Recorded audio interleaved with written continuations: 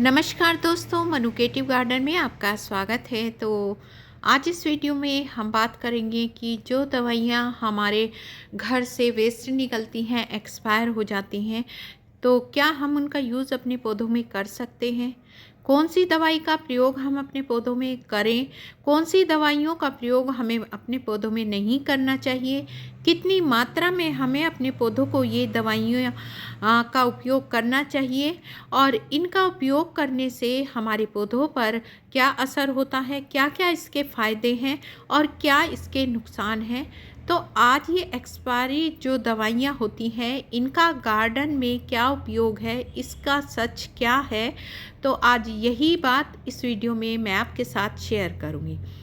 देखिए दोस्तों, काफ़ी सारी हम वीडियो देखते हैं और वीडियो में देखते हैं कि एक्सपायर दवाई का प्रयोग अपने पौधों पर करते हुए दिखाया जाता है, फिर उसका रिज़ल्ट भी दिखाया जाता है और उसे देखकर हम भी यही सोचते हैं कि चलिए हम भी अपने पौधों पर इन दवाइयों का प्रयोग करके देखते हैं। और बहुत से जो बिगिनर्स हैं वो तो मार्केट से ये दवाइयाँ खरीद कर लाते हैं, वीडियो देखकर और अपने पौधों में देने लगते हैं। तो ये सही नहीं है। हमें इसकी पूरी जानकारी होनी चाहिए कि हमें कौन सी दवाइयों का प्रयोग करना है और कौन सी दवाइयों का प्रयोग हमें नहीं करना है। तो देखिए दोस्तों, मेरे घर से जो कुछ भी वेस्ट निकलता है, आप मेरी वीडियो में देखते ही होंगे। डीआईवाई वगैरह गार्डन में यूज़ करती हूँ प्लांटर बनाने के लिए। इसी तरह से जो ये एक्सपायर दवाइयाँ होती हैं, इनका यूज़ भी हम अपने गार्डन में करते हैं और मैंने 3-4 प्लांट्स पर इनका यूज़ करके देखा और उसका रिज़ल्ट देखा।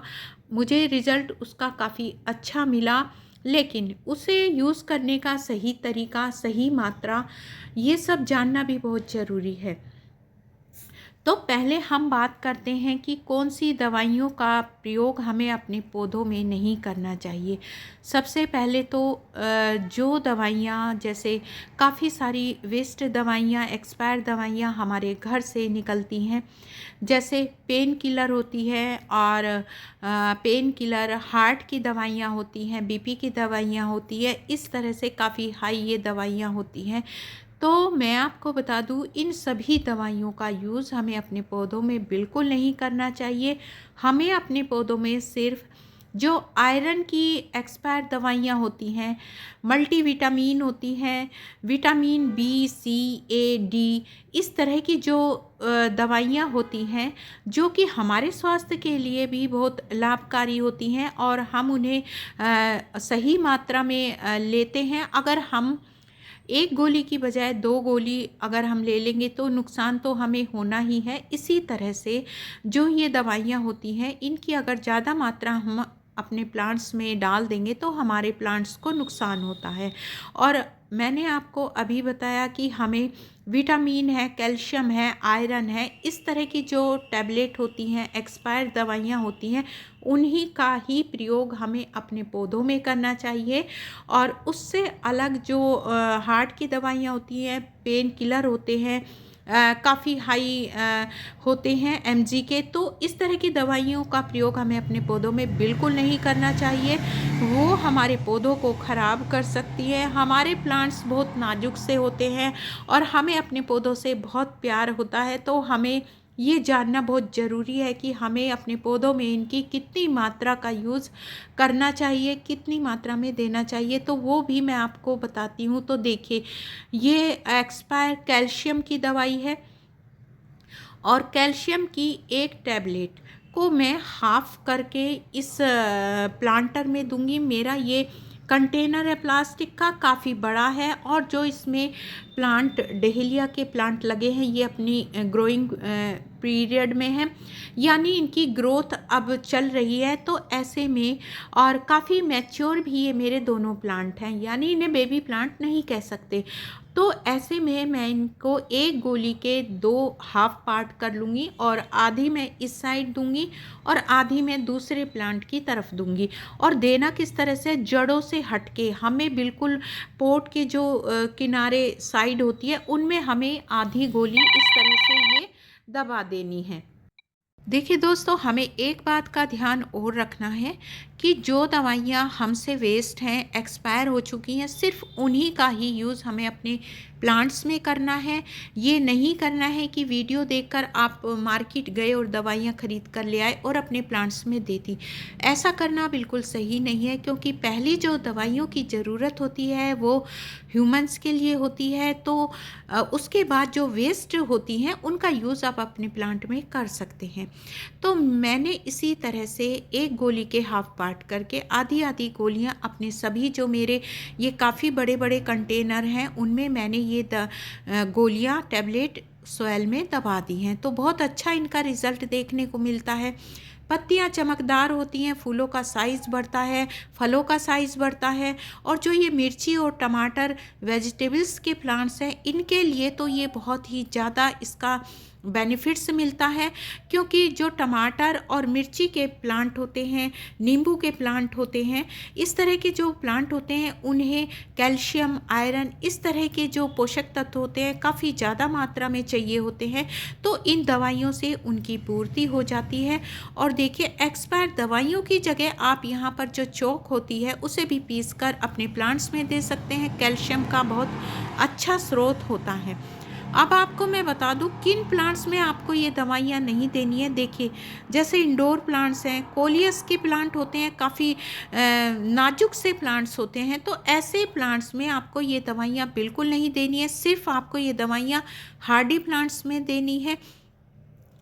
और मैं आपको बताती हूँ कि जो हमारे बेबी प्लांट्स हैं, जो हमने अभी अभी प्लांट्स लगाए हैं और वो ग्रोथ कर रहे हैं, तो छोटे पौधे जो फ्लावरिंग प्लांट होते हैं, जैसे विंटर के फ्लावरिंग प्लांट्स हैं, सभी प्लांट्स में, सभी बेबी प्लांट जो होते हैं उनमें हमें कितनी मात्रा में और कैसे इन दवाइयों का यूज़ करना चाहिए।